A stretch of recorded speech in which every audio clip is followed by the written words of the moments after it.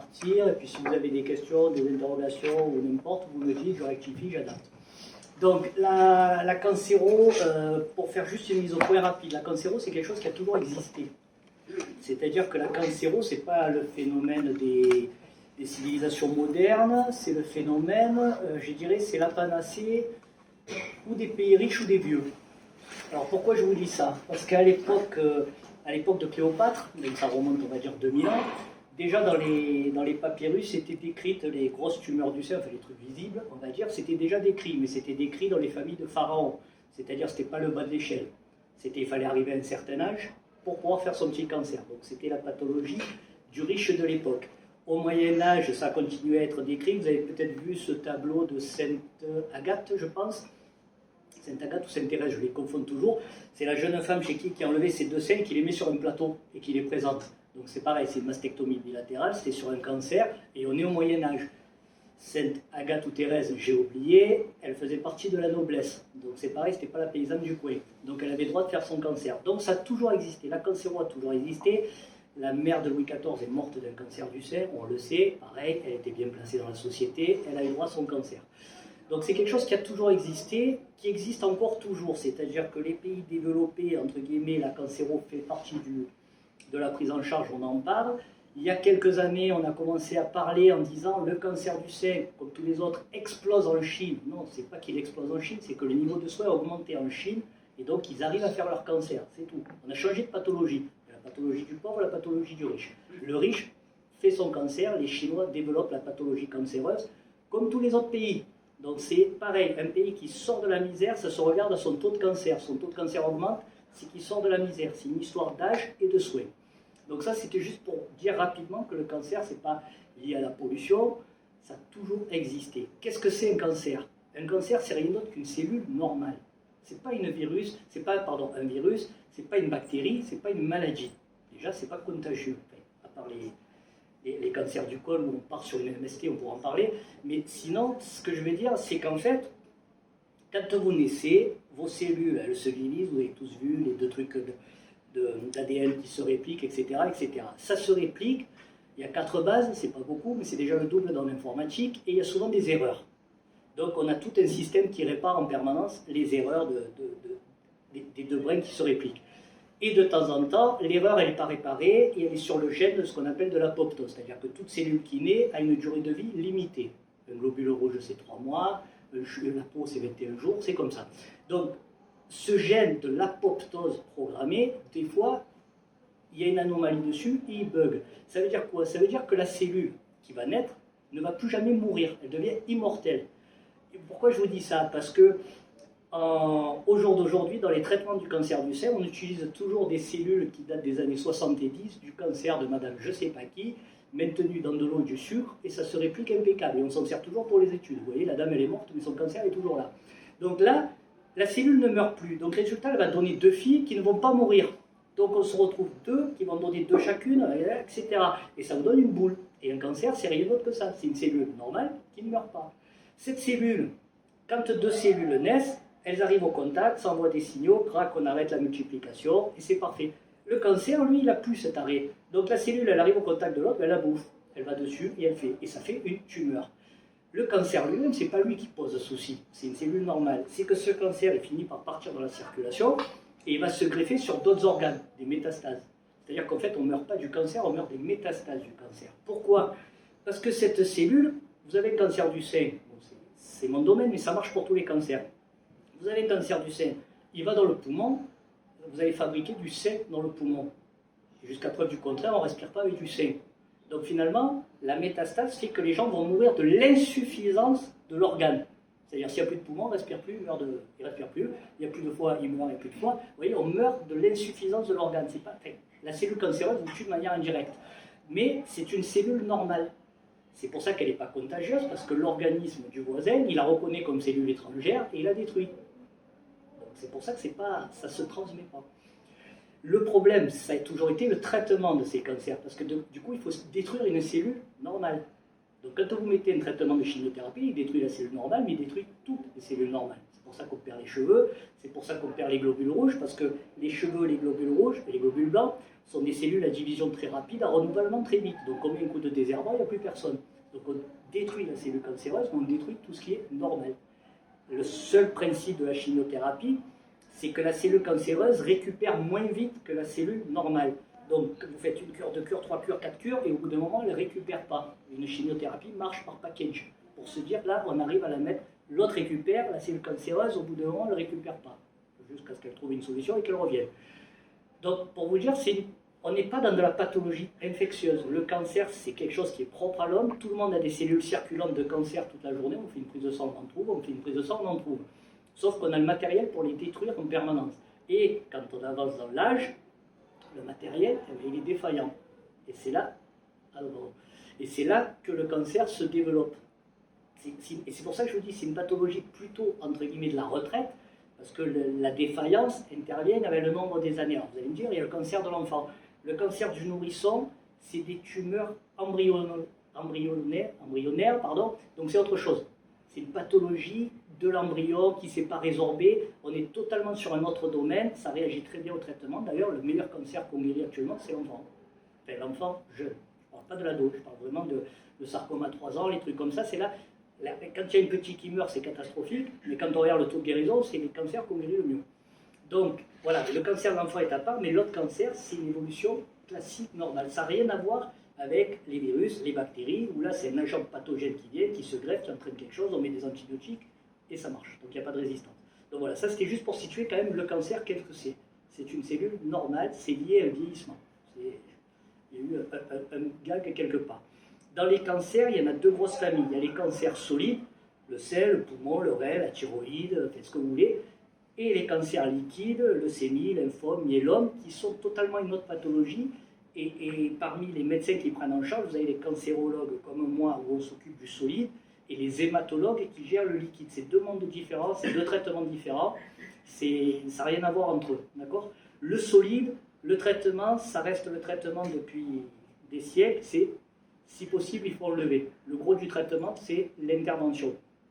Après, derrière, il y a de la chimiothérapie classique pour essayer d'éviter que ça revienne, la radiothérapie pour essayer que ça revienne, et sur des tumeurs évoluées, on les met avant. On fait les traitements pour essayer de les rendre opérables. On va changer l'ordre. Mais grosso modo, tumeur solide égale chirurgie. Avec objectif guérison, puisqu'on se dit qu'on enlève le cancer, il n'y a plus rien, on a des marges de sécurité, on peut guérir et on guérit les cancers solides. Ce n'est pas parce qu'on a un cancer qu'on va mourir. D'accord ? La majorité des cancers, si je prends le cancer du sein tout venant, les graves comme les pas graves, on est à 85-90% de guérison. Alors on en perd 10%, mais on est à 90% de guérison. Ce n'est pas comme un poumon où avant l'immunothérapie c'était l'inverse. Si on en guérissait 10%, on était content. Donc vous voyez, chaque cancer va avoir son pronostic, ça c'est important. Donc dans les traitements, je vous dis, le gros c'est la chirurgie, mais associé chimiothérapie pour se dire il y a une maladie microscopique quelque part, j'injecte dans les veines, ça passe de la pointe des cheveux à la pointe des ongles, ça tue en théorie les cellules dans l'œuf. Ça devrait tuer les cellules qui circulent et éviter l'apparition d'une métastase.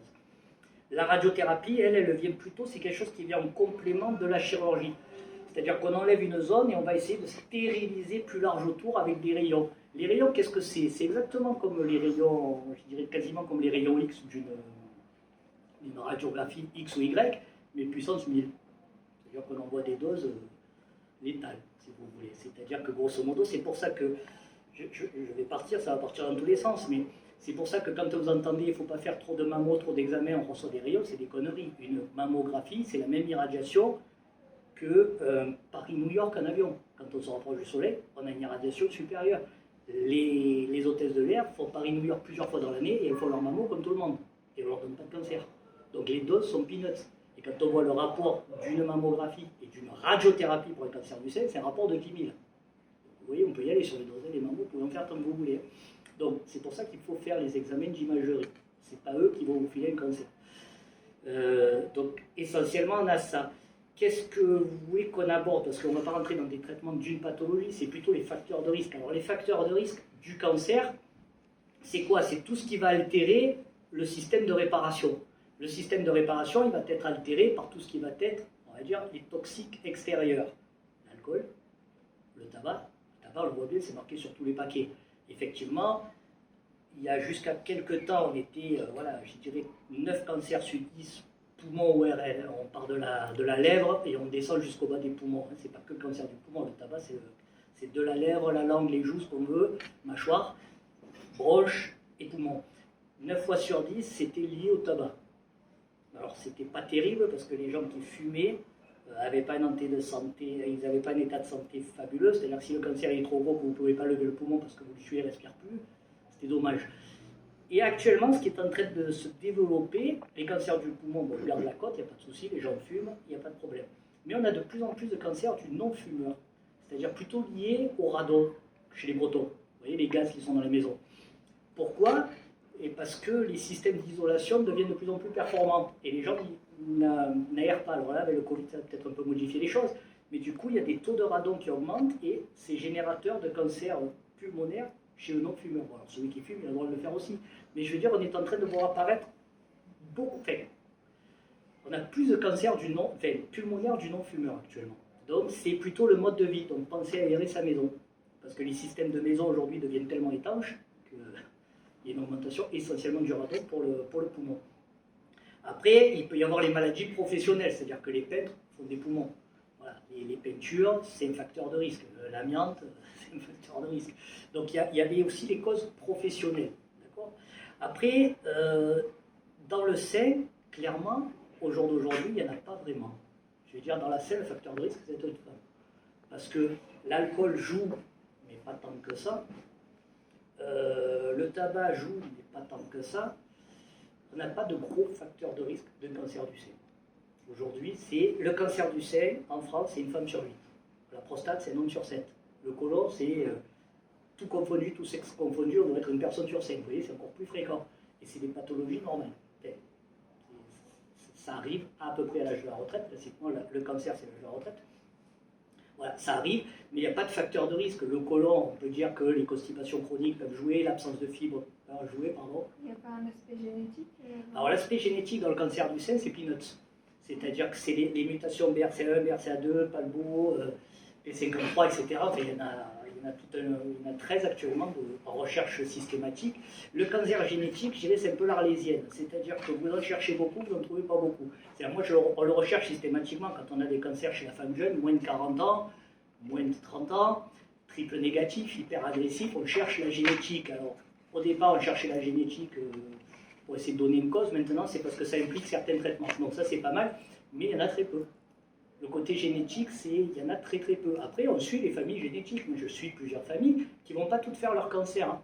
D'accord? C'est-à-dire que la mutation génétique augmente la probabilité de faire un cancer. Et elle augmente la probabilité en cloche. C'est-à-dire que je dirais ça augmente la probabilité jusqu'à 40-45 ans. Et puis ce risque va diminuer pour retrouver quasiment un risque de population générale beaucoup plus tard. Vous voyez, c'est pas... Quand vous entendez, on vous dit BRCA1, risque cumulé 70% ou 80%, je ne sais plus. Risque cumulé, ça veut dire qu'on prend votre risque à 20 ans, on l'associe à celui de 21, on l'associe à celui de 22. Je veux dire, c'est improbable. C'est comme si on vous disait le risque cumulé de vous faire écraser quand vous traversez la route, il est de 100%. Hein. Si je prends le risque quand j'y vais et puis j'ajoute sur l'autre, non, le risque il est remis à 0 à chaque fois que vous traversez. Eh bien, le sein, c'est pareil. Votre risque à 22, si vous ne le faites pas à 22, on passe au risque à 23, on passe au risque à 24 et on va rediminuer, passer 40 ans. Le cancer de la femme jeune, finalement, c'est le seul qui va vous intéresser parce que j'en avais parlé l'autre fois, mais finalement, on vient parler du cancer du sein de la femme, mais vous n'êtes pas concerné. Je dirais, grosso modo, on va dire 20-25 ans, les cancers du sein à cet âge-là, ça représente moins de 1%. Je veux dire, moi, j'en traite une dans l'année, voire une tous les 2 ans, qui a moins de 25 ans. C'est rarissime, c'est pas le cancer du sein en général. À cet âge-là, ça ne sert à rien de faire des dépistages, les seins sont trop denses, on n'y voit rien. Et surtout, c'est des cancers hyper agressifs, très certainement génétiques, on l'espère parce que ça permet d'autres traitements, c'est tout. Mais c'est des cancers qui vont sortir, je dirais pas du jour au lendemain, mais pas loin. C'est-à-dire que c'est la patiente qui le trouve, elle se lève, boum, elle sent une boule, le lendemain c'est plus gros, le surlendemain c'est plus gros, et elle a ses règles, et ça passe pas avec les règles. Parce que des boules dans un sein jeune, on en trouve plein, surtout avant les règles. Avant les règles, on a des grappes de raisin. Donc, quand les règles passent par là, les mastoses disparaissent, ou s'améliorent bien. C'est-à-dire qu'une boule qui diminue, c'est tout sauf un cancer. Un cancer, la diminution, à part de la chimio, c'est pas. Donc, il faut, je dirais, vous inquiéter c'est si la boule que vous palpez reste après les règles. Là, c'est dit, tiens, c'est pas lié aux hormones, c'est pas le sein, et effectivement, ça vaut le coup de faire une écho, à minima. Une écho, il y a un examen clinique, là, de consulter, je suis d'accord, mais ça, vous verrez que ça arrive quasiment jamais. D'accord? Ça reste le cancer de la femme jeune, c'est très très rare. Il faut y penser, mais il ne faut pas psychoter à chaque fois qu'on sent quelque chose, et c'est loin d'être ce qu'on fait tous les jours. Le cancer génétique, c'est pareil. On va le chercher, parce que je vous dis, ça peut ouvrir des antiparts, parce qu'eux, ils ont des problèmes de la réparation de parts, on met des antiparts, ça marche un peu mieux. Donc on essaie de le chercher pour avoir des traitements sur mesure. Mais moi, je vois, j'ai plein de patientes très jeunes, elles ne sont pas mutées, hein. Elles ont un cancer du sein pour de vrai, elles ne sont pas mutées. Donc, mais ça vaut le coup de le chercher. Cette mutation, si on l'a, au jour d'aujourd'hui, il n'y a rien qui a démontré que d'enlever les seins en prévention, ça sert à quelque chose. Aussi, il faut le savoir, il faut le surveiller. Alors les anglo-saxons, Angelina Jolie et compagnie, sont très ablation des seins. Ça, c'est la culture anglo-saxonne, où on enlève les seins, on tire l'arigot, mais c'est comme ça, c'est dans les mœurs. Je veux dire, la femme de Ronald Reagan a fait tout petit cancer du sein, et on lui a enlevé le sein. C'est comme ça. Le Nord, les Américains, les Canadiens, mastectomie. Les pays latins, je dirais France, Italie, Espagne, etc., on garde les seins. Quand on reprend les histoires avant Angelina Jolie, les patientes mutées, on va dire à risque, à peu près 50% de mastectomie aux États-Unis, 7% en Europe du Sud. Un facteur par 7. Mortalité par cancer du sein chez ces patientes mutées, identique aux États-Unis et en Europe. Il y en a qui meurent avec leur sein, il y en a qui meurent sans leur sein. On n'a rien changé. Donc du coup, ce n'est pas la peine d'aller les mutiler. Par contre, en cas de mutation, ce qui est très important, c'est que ce gène du cancer du sein est lié au cancer de l'ovaire. Et là, d'enlever les ovaires entre 40 et 45 ans en fonction du gène porteur, on s'en fiche. Là, il y a un vrai bénéfice. Parce que là, on quasi supprime le cancer de l'ovaire qui est aujourd'hui avec un pronostic minable. Et on s'est aperçu, on ne sait pas pourquoi, d'enlever les ovaires et les trompes, ça diminue le risque de faire un cancer du sein alors qu'ils ne sont pas sensibles aux hormones. Donc, ne me demandez pas l'explication, il doit y avoir une petite sensibilité quelque part. Mais donc voilà, autant d'enlever les ovaires, c'est préventif. Ce qu'a fait Angelina Jolie en 2016, elle a enlevé ses seins en 2014, on l'a su partout. Elle a enlevé ses ovaires en 2016, on n'en a pas parlé. C'est le seul truc qui a servi. Elle l'a fait. Donc ça, c'est très bien. C'est vraiment ce qui est utile chez les patientes mutées. Mais c'est vraiment, sincèrement, c'est anecdotique. C'est anecdotique. Et là où on va avoir un souci, je pense, dans quelques temps, c'est qu'il y a eu, avec les histoires d'Angelina Jolie, on est passé de 7% à 15% de mastectomie. Vous voyez, on a doublé la donne quand même. Si les gens, on leur a vendu qu'on est vraiment efficace et préventif, parmi ces patientes, certaines n'auraient jamais fait de cancer, ils n'en feront jamais avec ou sans sein, et certaines vont développer un cancer à la peau ou au ganglion. C'est un peu le double effet qui se coule. Hein. Je veux dire, on vous braque les deux seins en vous disant que vous n'avez plus rien, et vous revenez avec une pêche ganglionnaire ou à la peau, et où on sait que le taux de métastase en plus est plus élevé. C'est dommage. Donc il vaut mieux une vraie surveillance, accepter qu'il y ait un peu plus de cancer du sein, parce que quand le sein est en place, en nombre, il y en a un peu plus, mais en traitement, on est aussi efficace. Donc ça, il faut le mettre dans la balance.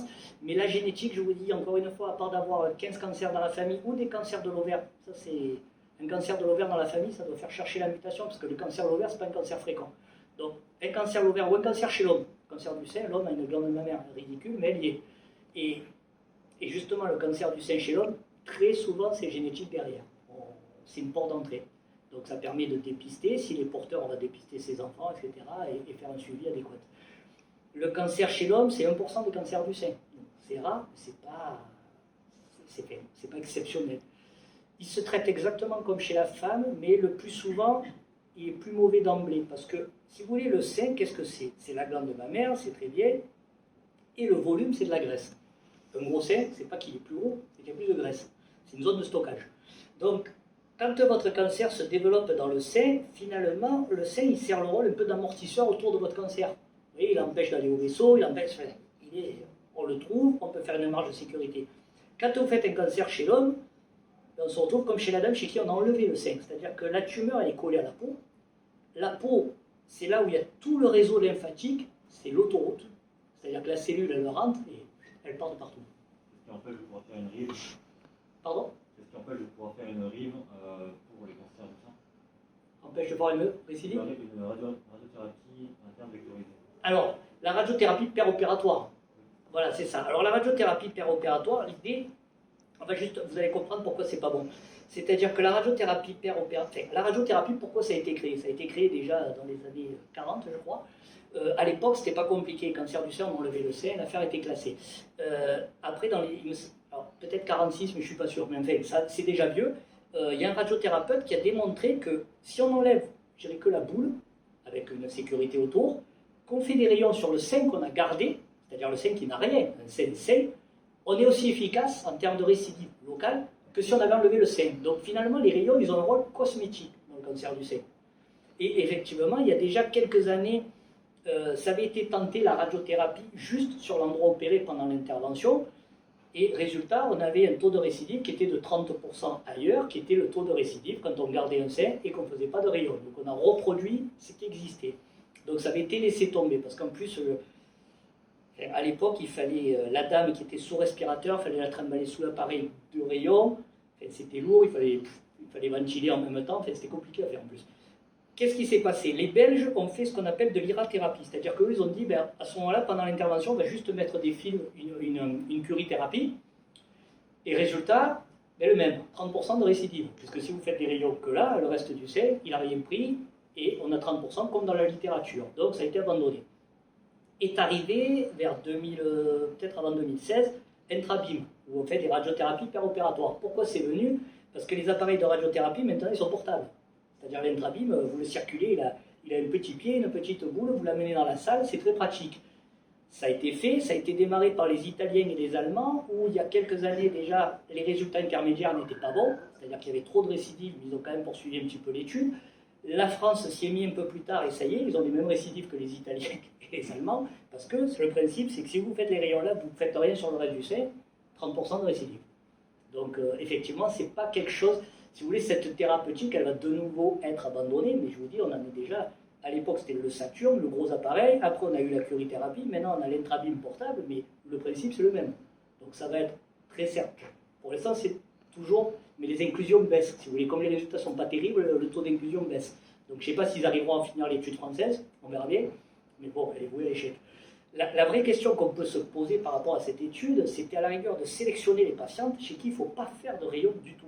Parce qu'il y a des tumeurs qui ne récidivent pas, ou peu. Et en plus, vous ne faites pas de rayon, la dame elle récidive localement, vous la réopérez, vous faites un rayon, vous allez tout rattraper. Donc on ne fait pas prendre des risques énormes. Donc on pourrait monter une étude de radiothérapie versus pas radiothérapie. Ça pourrait se discuter. Ça fait partie de ce qui aurait le vent en poupe aujourd'hui, parce qu'aujourd'hui on est en plein dans la désescalade thérapeutique. On essaye de moins faire de chimio, on essaye de faire des rayons, plutôt que de faire les 34 séances, de les faire sur 16. Vous voyez, de moins emmerder les gens que sur 3 semaines. On essaye de... On fait plus de curage, on fait des ganglions sentinelles. Quand le ganglion est positif, on ne fait pas forcément un curage. On essaye d'enlever, on essaye de garder les seins. On fait de partout, tout le monde désescalade. Donc ça, c'est pas mal. Après, c'est toujours comme on dit, il ne faut pas qu'on désescalade tous en même temps, parce que peut-être que le traitement ne marchera plus. Je veux dire, s'il n'y a plus de chimio, il n'y a plus de chirurgie, il n'y a plus de rayons, ça ne va pas marcher. Il faut peut-être désescalader chacun par étape. Mais effectivement, l'Intrabim, l'idée était bonne, elle avait déjà existé et elle a donné les mêmes résultats. Au moins, il y a une certaine cohérence depuis que ça se fait. La radiothérapie, c'est bien, mais ça fera toujours moins bien que la chirurgie. Parce qu'en fait, le seul avantage de la chirurgie, c'est que vous savez que vous l'avez enlevé, il est analysé au microscope derrière, avec des marges de sécurité. Ça, c'est important. Le côté des marges, c'est la base de tout. Je veux dire, en fait, si vous voulez, la cancéro, quand ça a commencé à se développer, c'est les chirurgiens qui ont développé la cancéro, parce qu'on opérait. Et c'est ce qui a... Alors, sauver les gens, oui et non, parce que quand on reprend l'histoire du cancer, au tout départ, les premiers chirurgiens, enfin les barbiers qui opéraient, quand ils voyaient un cancer, donc des grosses masses, du coup, ils n'opéraient pas. Parce que les chirurgies étaient trop délabrantes et les gens mouraient post-op. Donc c'était dommage. Donc finalement, le cancer, vous sauvez du chirurgien. Mais quand les techniques d'anesthésie ont évolué, que la chirurgie s'est vraiment emparée du cancer, le premier traitement du cancer, ça a été la chirurgie. Est arrivée Marie Curie, est arrivée la chimio. La chimio, c'est tout neuf. Hein. La chimio, c'est une spécialité qui a 40 ans. Enfin, je veux dire, c'est hyper récent. Je veux dire, la chimio s'est développée parce qu'on s'est aperçu que les produits détruisaient les cellules. Alors certes, au départ, on a tué beaucoup de personnes par la chimiothérapie parce que ça détruisait tout. Mais ça s'est affiné, ça s'est amélioré, mais c'est la dernière spécialité arrivée dans la prise en charge du cancer. C'est les petits jeunes. Hein. Je veux dire, au départ, c'était le barbier. Et donc, du coup, oui, parce que ça permet d'avoir l'histologie. Alors là, je parle plus pour moi pour le sein. Parce que dans le sein, vous avez les cancers infiltrants, qui sont les vrais cancers du sein qui balancent des métals, mais ces cancers peuvent naître dans un cancer in situ, qui est un vrai cancer du sein, mais localisé dans le sein. Et lui ne se voit, se voit très mal à la radio, à la mammo, à l'IRM, à l'écho, à ce que vous voulez. Donc finalement, ça se voit vraiment au microscope.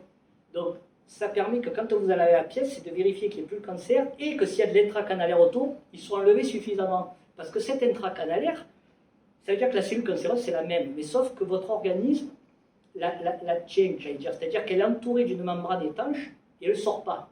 Donc pas de métastase. Nickel. Sauf que comme cette membrane, elle a un effet pervers, c'est-à-dire que les rayons ne marchent pas, la chimio ne marche pas, l'hormonothérapie ne marche pas. C'est-à-dire qu'il faut l'enlever.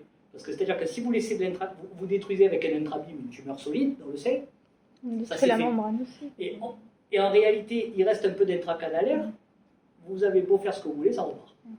Donc l'idée, c'est d'être efficace. Donc c'est pour ça que l'histologie, au jour d'aujourd'hui, de la tumeur solide, de vérifier ses marges, c'est toujours important. En plus, ça permet de réétudier la tumeur, parce que maintenant, on fait beaucoup de marquage dessus, c'est-à-dire on va voir les récepteurs hormonaux, on va voir le calife, et bref, on fait beaucoup de recherches, donc c'est bien d'avoir la pièce, parce que les rayons le détruisent, on récupère rien. Parce qu'on a beaucoup de traitements qui vont se développer en fonction du type de récepteur. Enfin, il y a beaucoup d'immunothérapie actuellement. On essaye de faire du sur-mesure. Vous voyez, on prend un peu votre cancer, on regarde plutôt en métastatique, parce que c'est des traitements qui coûtent cher, donc c'est plutôt en métastatique. Mais voilà, on va étudier, il a telle mutation, tel gène, machin, on va vous poser tel traitement. Ça devient du à la carte. Donc c'est important d'avoir la pièce, pour l'instant. Et ça fonctionne comment, la chimiothérapie, exactement? La chimiothérapie, alors il y a plusieurs familles, mais chacune va avoir un rôle particulier. C'est-à-dire que soit il y en a qui vont enlever une base, qui vont détruire une base, et comme je vous ai dit, pour faire l'ADN, il faut 4 bases, vous en virez une, ça ne marche plus. Soit il y en a, les cellules, quand elles se divisent, elles font des fuseaux pour se reproduire. Et il va y avoir ce qu'on appelle, un poison du fuseau qui va faire que le fuseau ne peut pas se faire. Et donc du coup, la cellule ne peut pas se former. Vous voyez, c'est des actions comme ça. C'est des actions qui vont jouer sur la réplication de la cellule. Alors, soit quand elle a besoin de faire ses fuseaux, soit son matériel, il lui faut des bases, on lui vire une base. Enfin, voilà, le principe, on joue en fait sur la séquence de division. Et on va essayer de jouer à différents niveaux par des poisons. Et du coup, ça peut avoir une incidence sur les cellules en forme Ça les tue systématique. C'est pour ça que je vous disais tout à l'heure, une chimiothérapie, c'est pas sélectif, c'est un désherbant. C'est-à-dire que ça va taper sur tout ce qui se divise vite. C'est pour ça qu'il y a la chute des cheveux et des poils, en général, parce que c'est une division rapide. Et les globules. Et donc, comme ils se divisent rapidement, vous voyez, une tumeur d'évolution lente, la chimio ne servira à rien. Parce que la tumeur se divise lentement, la chimio, aucun impact. Par contre, vous serez chaud quand même. Donc, il faut ce qu'on appelle que la cellule ait une certaine agressivité, qu'elle se prête qu'elle soit chimiosensible. Et en fait, vous détruisez toutes les cellules, les bonnes et les mauvaises, sauf que, voilà, je prends la bonne cellule, la cellule cancéreuse, d'accord? Première chimio, pouf, tout le monde s'en prend dans les dents. Entre deux chimios, la cellule normale va récupérer à son niveau classique, la cellule cancéreuse récupère à moins. Deuxième chimio, pouf, les deux descendent, elle revient toujours au niveau normal, la cellule cancéreuse de moins en moins. Et au bout de 5-6 cycles, on considère qu'il n'y en a plus. C'est statistique, hein. Mais on considère que la cellule cancéreuse a du mal à récupérer. Et en fait, on se base là-dessus. Le principe de la chimio, c'est de dire, on tape, après il y a des protocoles 15 jours, 3 semaines, ça dépend la vitesse de récupération, et on va taper plusieurs fois pour ne pas laisser revenir en fait.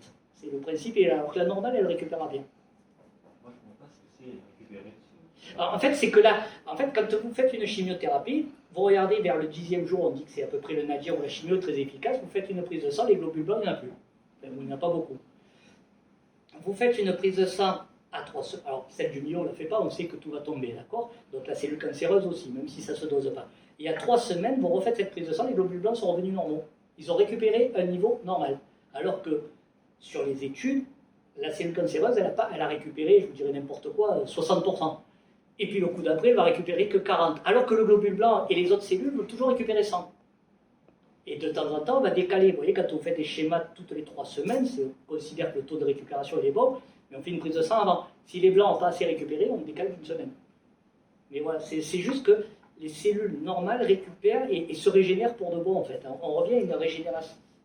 Alors, par contre, quand les gens, on est en métastatique, il y a plusieurs lignes de chimio, ça récupère de moins en moins quand même. Parce qu'au bout d'un moment, la moelle, elle ne suit plus. Hein. faut le remettre. Mais pareil, ça je vous en ai pas parlé, en cancéro, il faut vraiment séparer les tumeurs localisées, plus ou moins une petite atteinte ganglionnaire, objectif guérison, et les tumeurs métastatiques. Objectif, on va le plus loin possible. Mais au final, c'est le cancer qui va gagner. Au jour d'aujourd'hui, on ne guérit pas les métastatiques. On peut les garder des années, comme on peut les garder des semaines. Ça va très vite, tout dépend de la méta. Une méta à l'os, vous la tenez 10 ans. Une méta cérébrale, vous la tenez 6 mois. Enfin, ça peut aller plus vite. Mais voilà, ça dépend où est la méta et son agressivité. Mais voilà, donc en métastatique, l'objectif c'est d'aller loin. C'est quoi les exemples, par exemple, de cancer à tumeur métastasique? Tout cancer finira. L'évolution d'un cancer, si on ne le traite pas, c'est de donner des métas. C'est-à-dire qu'il va passer dans le sang ou dans la lymphe, et il va aller se caler à un endroit bien au chaud, dans les poumons, dans les os, dans le cerveau, où vous voulez. Et il va s'implanter, il va grossir, et ça donne une méta. D'accord? C'est l'évolution naturelle d'un cancer. Il y a une préférence métastasie? Oui, alors chaque cancer a un peu sa... Vous voyez, le cancer du sein, il aime bien l'os. Les métas dans l'os sont très fréquents dans le sein. Mais elles ne nous posent pas vraiment de soucis. Alors que le cancer du poumon aime aussi beaucoup l'os, mais ça pose plus de problèmes. Vous voyez, la métastase au même endroit, suivant le cancer, ça n'a pas la même valeur.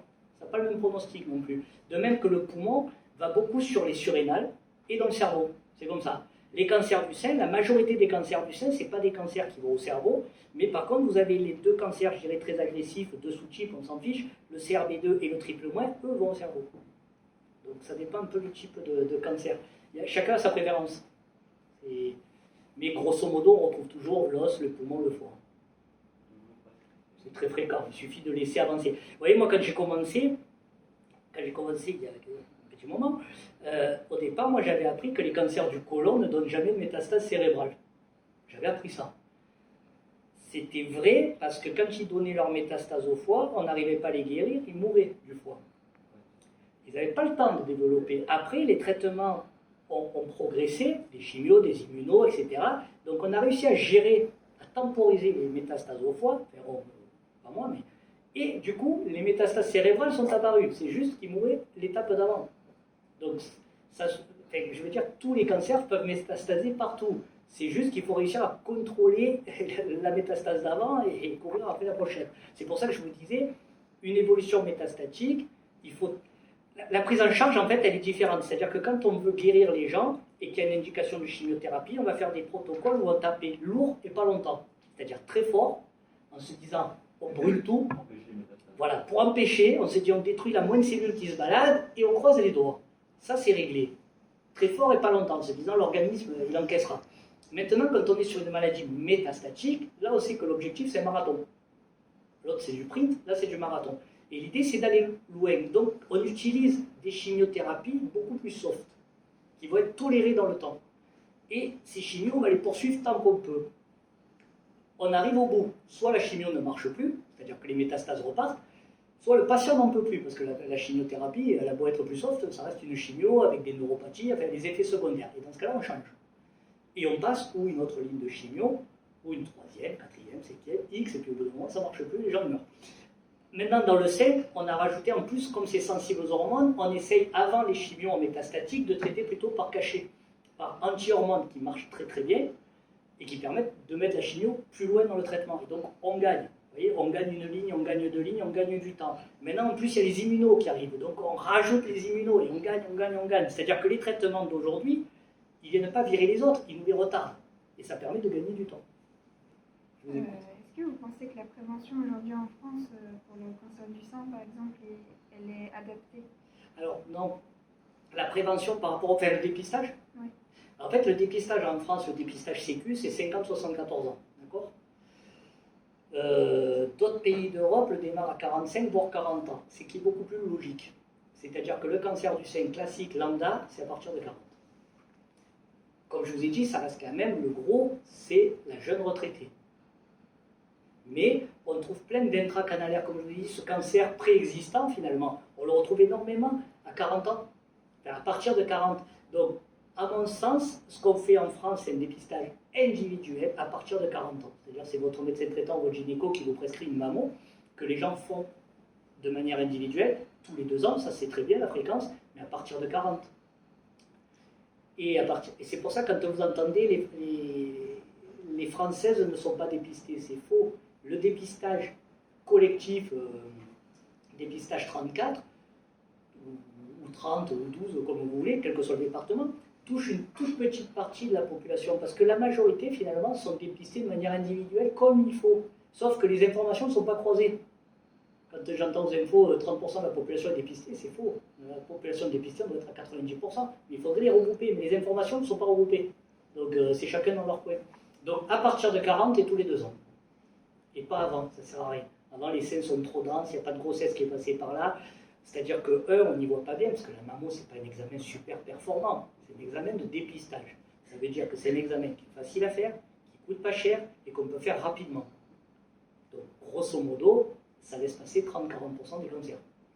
Mais il est vite fait, il n'est pas cher, on peut le faire partout. Et la majorité des cancers, les 3/4 étant hormonosensibles, le cancer c'est rarement une urgence. Si vous le ratez à une mammo cette année, vous le rattraperez à la mammo dans 2 ans.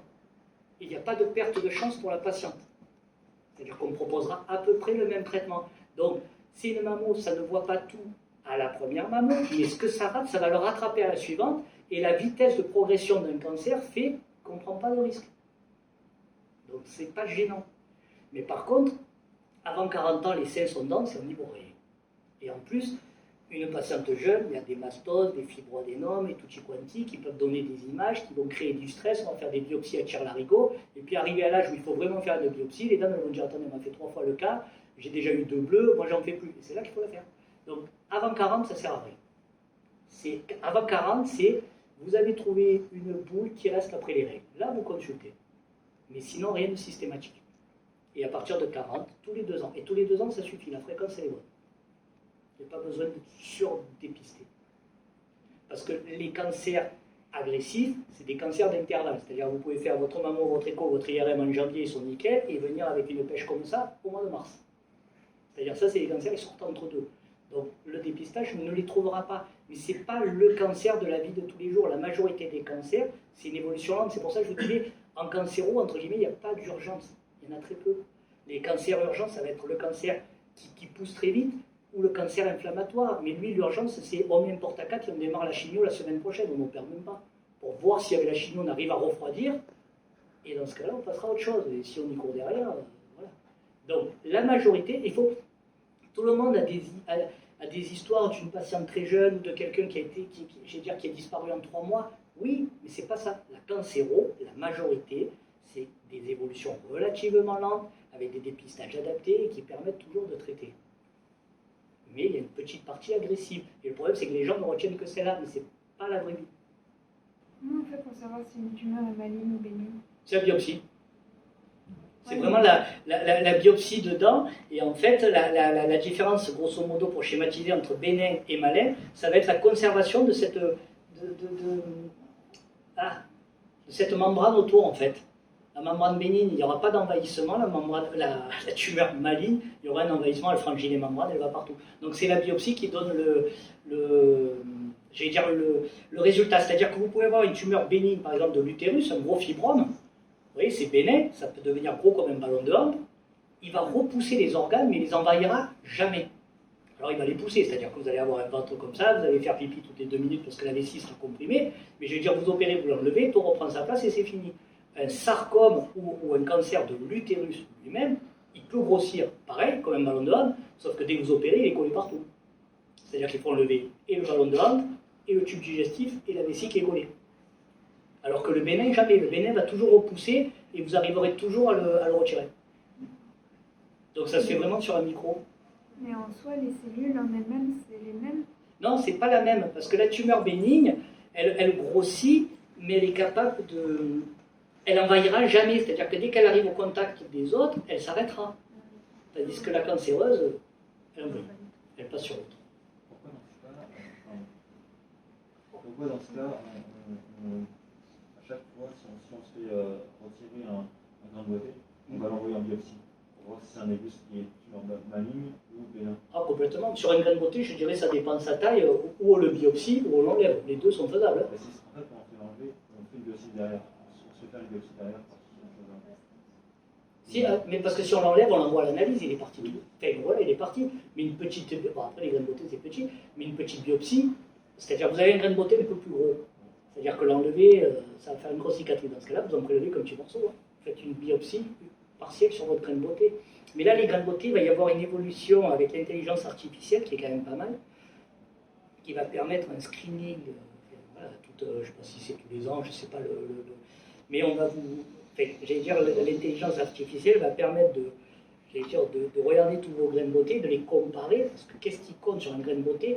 Ça va être, sa couleur, sa taille, sa modification, et c'est ça qui va faire en biopsie, en biotech.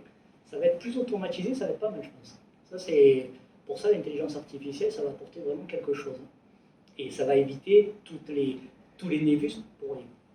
Parce que pareil, un mélanome, c'est schématique, hein, je simplifie, je vulgarise à fond. Mais le mélanome, c'est pas une graine de beauté que vous avez, c'est une graine de beauté qui apparaît. C'est-à-dire, il n'y avait rien, et du coup, il y en a un qui apparaît, qui grossit, qui change de couleur. C'est pas le graine de beauté qui était à côté. D'accord? Le plus souvent, c'est une graine de beauté qui apparaît. C'est pas un qui se transforme. Majoritaire, après tout se voit, mais la majorité du temps, le mélanome, c'est ça. C'est quelque chose en plus. Et qui bouge.